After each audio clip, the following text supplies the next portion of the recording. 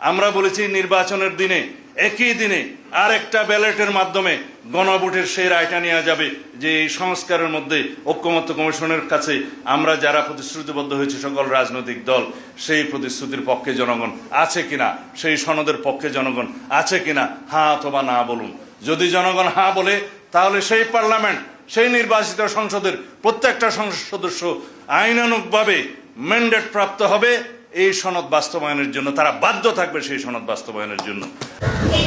নির্বাচিত সদস্যদের শপথ গ্রহণ অনুষ্ঠিত হবে, এইটা প্রধান নির্বাচন কমিশনের সাংবিধানিক এখতিয়ার আছে।